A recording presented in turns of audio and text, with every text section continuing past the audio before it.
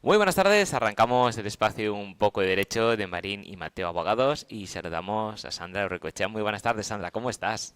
Hola José, muy buenas tardes. ¿Todo bien por aquí? Me alegro mucho. Bueno, es una alegría podernos verlo con luz, que, que ya es mucho después de lo que hemos pasado. Exacto. Está bien. Hoy vamos además a hacer un espacio un poco diferente porque vamos a hacerlo como un cuestionario, aglutinando un poco pues algunas preguntas más comunes para poder dar respuesta a nuestros usuarios. En concreto, vamos a hacer este pequeño formulario jurídico con preguntas frecuentes sobre compraventa de inmuebles en España, en Valencia, para concretar un poquito más. Sí, lo vamos a hacer hoy así para que sea un poquito más dinámico porque a veces me enrollo y yo creo que a veces se hace un poquito pesado. No, nunca. Cuando las cosas se hacen bien y se dicen bien, nunca es pesado. Al final es un poquito estructurar unos requisitos mínimos, cuatro cosas, para que el que quiera comprar o vender o tenga intención, pues sepa un poquito de qué documentación necesitará, si es comprador, si es vendedor, si hay financiación, si no hay financiación. ¿Vale? Perfecto. Entonces, tú me vas Pues guiando y yo te voy perfecto. Muy bien. contestando. Pues vamos con la primera. ¿Qué documentación resulta obligatoria para la compra de un inmueble en Valencia? Vale, a ver, en primer lugar, si soy el vendedor, Ujú. ¿vale? Tendré que tener a mi disposición una documentación que tendré que llevar a la notaría para ir preparando la escritura de compraventa, ¿vale? Luego, bueno, primero hay unos contratos previos, unas negociaciones, tal. Pero en todo caso tengo que tener la escritura de que la propiedad que yo voy a vender es mía, ¿vale? Ya es la escritura de notarial o lo lógico es una nota simple del registro de la propiedad actualizada a unos días antes o un mes antes, ¿vale? No una de hace 3 o 4 años porque puede que hubiese allí cargas o hubiese algún cambio. Vale, esto me va a dar un poquito la situación jurídica del inmueble, ¿vale? Sabe un poquito lo que voy a comprar, qué condiciones tiene, si tiene limitaciones, lo que sea. Vale. Luego, otro documento muy importante y que hay que aportar cuando se va a vender una vivienda es el certificado de deuda cero de la comunidad de propietarios, pero además de gastos ordinarios y de los extraordinarios, porque a veces eso no se contempla. Y los extraordinarios son los por ejemplo, si hay aprobada una derrama para arreglar la fachada, el tejado, lo que sea, que son extraordinarios. ¿Vale? Y que todavía están pendientes de pago. Entonces yo cuando compro, como voy a ser el nuevo propietario, tengo que asumir esos costes, por lo tanto tengo que saberlo. Bien. Otro documento indispensable es el certificado de deuda cero del IBI, ¿vale? Del impuesto de bienes inmuebles, de que esté pagado los últimos años y que esté todo al día. Vale. Requisito indispensable también tanto para alquilar como para vender, el certificado de eficiencia energética. Es un certificado que te hace un técnico y te dice un poquito la calificación de aislamiento energético que tiene la vivienda. ¿Vale? Que ya sea buena o mala, no tiene ningún tipo de repercusión. Simplemente es un documento que el comprador debe tener y que se protocoliza en la escritura para que sea conocedor de estas condiciones energéticas o de aislamiento que tiene la vivienda. Muchas veces también nos piden la cédula o hay que aportar la cédula de habitabilidad o de segunda ocupación, ¿vale? Porque con eso podré cambiar los suministros, dar de alta, dar de baja y tengo la certeza de que cumple la normativa administrativa urbanística y que tengo derecho, o sea, que se puede vivir allí, ¿vale? Y además, si yo quiero vender una vivienda que es vivienda familiar y el titular, por ejemplo, del 100% soy yo, mi marido tendrá que autorizar esa venta porque como es vivienda familiar puede que tuviera alguna carga. Podríamos estar divorciados y el uso lo tendría él atribuido por sentencia, o hubiese algún tipo de limitación. Entonces, cuando es vivienda familiar y estás casado, el otro cónyuge tiene que autorizar la venta. Perfecto. Y cuéntanos, ¿qué obligaciones económicas asume el vendedor en el proceso de compra-venta? Vale, pues a ver, el vendedor tendrá que pagar la escritura de compraventa ya en notario, los honorarios del notario, ¿vale? La factura notarial de la copia autorizada, que eso al final es de la compraventa de la factura total, es como el 70 y tantos, 80%, ¿vale? Del coste. Y el otro restante, el 20%, 20 y poco, ¿vale? Porque va un poco por tramos y por... eso lo pagará el comprador. A no ser que se pacte que una de las partes asuma todo el coste, ¿vale? Eso es un poquito lo que marca la ley. Yo te estoy diciendo un poquito temas de lo que marca la ley o la costumbre. Si luego hay otros pactos que lo paga todo uno u otro, pues eso se refleja en el contrato de arras y luego en la escritura y no hay ningún problema, porque aquí prima la voluntad, los acuerdos entre las partes.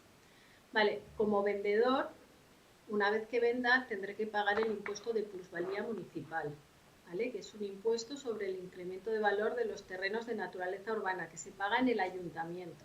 Y entonces hay unos autoliquidación del impuesto con unos programas y una normativa en la que, pues bueno, según los años que he tenido, si ha subido el valor del suelo, pues me lo va calculando, ¿vale? Y eso es obligatorio que lo pague el vendedor en el plazo de un mes desde que se firma en escritura pública, ¿vale? Hay unos plazos.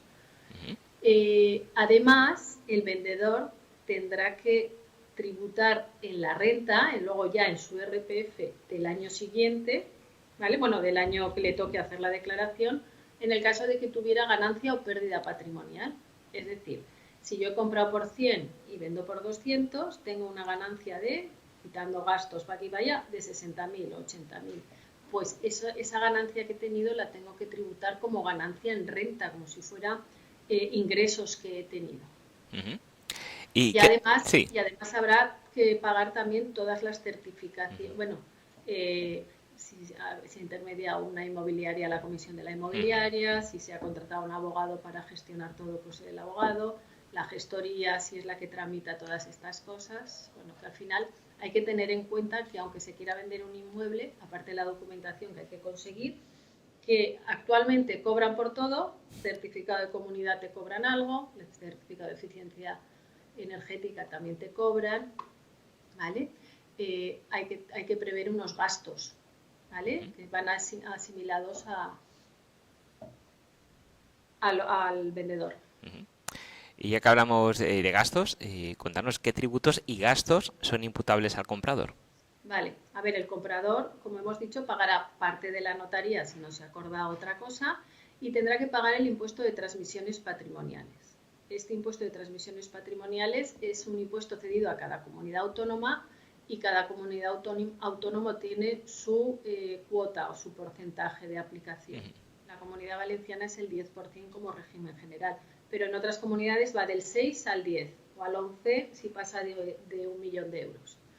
¿Vale? Entonces, bueno, pues según en la comunidad que estemos, el comprador tendrá que pagar lo que es la vivienda más el 10% de ese valor.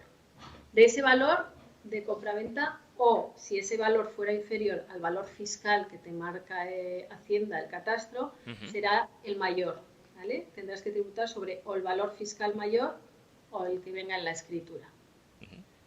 Y además, bueno, tendrá que asumir también pues, el registro de la propiedad, la inscripción en el registro y lo mismo, pues la comisión de la inmobiliaria por su intermediación si la hubiera, abogado si lo hubiera y en caso de que para la compra hubiese sido necesario la financiación bancaria, pues todos los gastos que conlleva un poco el préstamo, ¿vale? Que ahora sí que son casi muy reducidos, pero al final la inscripción, bueno, ahí hay la tasación, hay cositas con respecto a la escritura del préstamo, bueno, ahí luego se negocia también con los bancos que asume cada parte. Ha aparecido la figura del notario hace un momentito. ¿Resulta necesaria la intervención de un notario para formalizar la compraventa? A ver, no es necesario, o sea, la intervención de notario solo es si vamos a inscribir en el registro de la propiedad. Es decir, yo puedo formalizar un contrato privado de compraventa con un tercero, ¿vale? Y me entrega la posesión y es un contrato totalmente válido. Pero si yo no lo inscribo en el registro de la propiedad, en el registro de la propiedad estará a nombre del anterior, ¿vale? Entonces puede ser que esa inscripción registral lo que te da es seguridad jurídica y eficacia frente a terceros. Si la parte que el vendedor, ¿vale?, lo tenía inscrito a su nombre y se hace un contrato privado y el comprador no lo quiere elevar a público en notaría, el compraventa y entrega de posesión tiene la misma validez jurídica. Lo que pasa que en el registro estará el vendedor, inscrito como titular. Si le entra cualquier embargo, cualquier cosa, lo puede vender de mala fe, bueno, y entonces sí que se recomienda, para mí es fundamental, el acceso al registro de la propiedad. Entonces, al registro de la propiedad solo acceden escrituras notariales o autos o sentencias judiciales. Son esos 3 títulos los únicos que acceden al registro. Por lo tanto, si lo tengo que inscribir, tengo la obligación necesaria de pasar por el notario, porque él da fe de todo para poder acceder al registro. ¿Y qué naturaleza jurídica tiene la tasación del inmueble y quién está obligado a su abono? Vale, a ver, la tasación del inmueble se puede hacer por dos sentidos, ¿vale? O porque quiero saber el valor real de mercado del inmueble o porque voy a pedir financiación. Si voy a pedir financiación, lo que tengo que hacer es, lo primero, el banco me va a pedir la garantía y la garantía ya sabéis cuál es, ¿vale? La vivienda. Entonces, el banco tiene que saber cuánto vale esa vivienda. Por eso la tasación es muy importante o es un elemento esencial del contrato de préstamo hipotecario, pero solo a los efectos de si voy a necesitar financiación o no. Si lo quiero tener solo por saber el precio de mercado, pues cualquiera puede pedir cualquiera te tiene que autorizar el acceso al vendedor, ¿vale? Pero bueno, pues si quieres hacer, por ejemplo, una oferta económica antes de vincularte en un contrato de arras o en la escritura de compra-venta o lo que sea, dices, bueno, pues voy a tasar la vivienda y en base a la tasación pues te hago una oferta o te hago otra. Pues ya que has hablado del contrato de arras, vamos a hablar precisamente de esto. ¿Qué función tiene el contrato de arras penitenciales en este contexto? Vale, a ver, para mí el contrato de arras es el documento esencial en una compraventa. ¿Por qué? Porque yo ahí ya reflejo todas las condiciones que se van a plasmar luego en la escritura de préstamo o en el documento privado de compraventa, ¿vale? Entonces el contrato de arras es mientras preparo la documentación o la financiación o me aportas toda la documentación, ya tenemos un compromiso. Y en ese compromiso, además de que si tú te echas para atrás hay unas penalizaciones, ¿vale?, ya fijo el precio, cuándo lo vamos a llevar a cabo la traditio, el cambio de posesión, ¿vale?, la entrega del bien. ¿Cuándo vamos a escriturar? ¿En qué notaría? ¿Quién va a pagar los gastos de notario? ¿Quién va a tal? ¿Vale? ¿Y qué me vas a aportar? Se fija absolutamente todo. Para mí es el documento más importante en todo el proceso de una compra-venta. Porque luego, claro, es la voluntad de las partes. Luego no puedo cambiar las reglas del juego. Y ya que hablamos de cosas importantes, ¿qué impuestos deben abonarse en la operación de compra-venta? Los impuestos ya los hemos manifestado antes. El de impuestos sería el comprador el impuesto de transmisiones patrimoniales y el vendedor la plusvalía municipal. Y cabe al ayuntamiento, sí, ¿vale? Y luego en renta, pero bueno, en renta ya cada uno sus ganancias. Pero bueno, el vendedor impuesto municipal de plusvalía municipal y luego la declaración de la renta cuando tenga que ver si tiene ganancia o pérdida patrimonial. Y el comprador el impuesto de transmisiones patrimoniales. ¿Y cabe la enajenación del inmueble gravado con hipoteca vigente? Sí, a ver, eso se hace mucho en la práctica. Es decir, tú normalmente en el contrato de arras dices que se entregará libre de cargas, hipotecas, tal, ¿vale? Pero normalmente se hace en unidad de acto. Es decir, comparece a la firma el banco o se hace, bueno, ahora se hace más, te explico un poquito el mecanismo, pero que ahora se hace un poco telemático. Pero lo lógico es que comparezca un apoderado del banco a la firma y entonces en el momento que compras, en vez de recibir el dinero en su totalidad el vendedor, parte lo lleva al banco, se lo lleva el apoderado al banco y con un cheque bancario y él te firma la carta de cancelación del préstamo, de carta de pago y cancelación hipotecaria.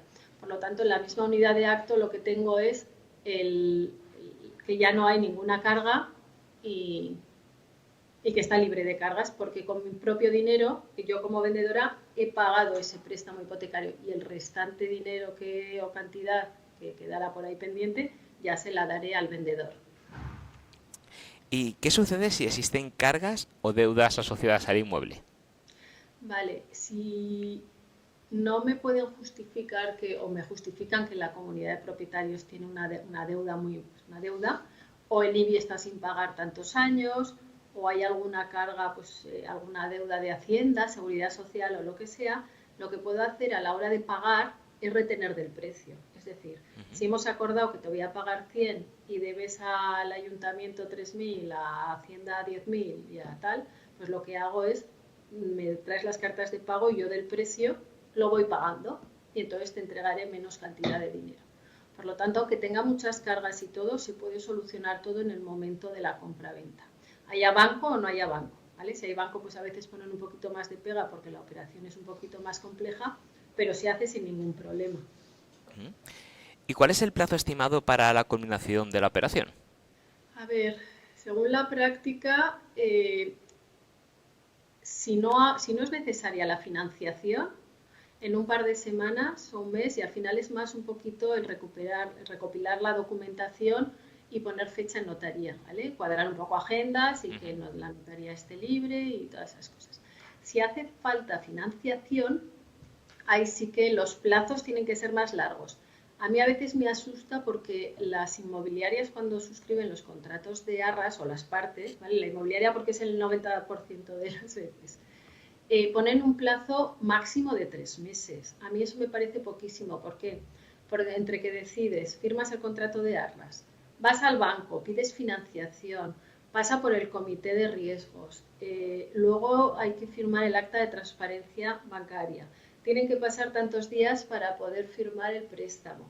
Todo esto, por mucho que vaya rápido, para mí 3 meses es súper estresante. Entonces yo siempre aconsejo poner un máximo de 5 o 6, ¿vale? Y si la operación sale antes, pues se escritura un poquito antes. Pero a veces se ponen 2 meses, o sea, 2 meses para mí me parece inviable. Y 3 vas un poco con los plazos, pero no por el comprador ni el vendedor, sino por la entidad bancaria. ¿Vale? Porque ellos tienen sus procesos y se van a reunir sus comités y entonces están medio preaprobado, pero luego hace falta aprobación y luego siempre sale alguna cosita que retrasa la operación. ¿Vale? Entonces mejor hacerlo con calma y sin agobiarse, porque claro, si llega el plazo y no se lleva a cabo, puede ser incumplimiento del contrato y pérdida de las arras. Perfecto. Bueno, nos ha quedado todo bastante claro, pero si alguno de nuestros siguientes tiene alguna duda o no se ha sacado un tema, o como bien decimos, no se puede generalizar y cada caso es particular y más en este tema, pues a lo mejor me ha quedado claro, pero es que a mí me pasa además que me ocurre esto o tengo un problema con esto. ¿Cómo pueden contactar con vosotros para que les ayudéis? Cada compraventa es totalmente distinta. Cada día nos encontramos más cositas o complicaciones que van surgiendo sobre la marcha y sobre todo cuando estás preparando la escritura.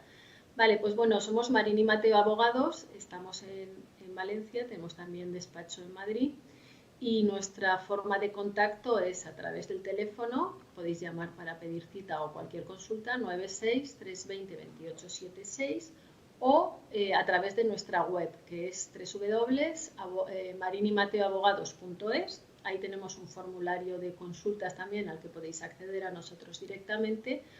O si no, por email, info@marinimateo.com. Perfecto, pues muchísimas gracias, Sandra, un placer como siempre. Nos vemos y escuchamos en el siguiente programa. Muy buenas tardes. Hasta otra, José, gracias por todo. Hasta luego. Adiós.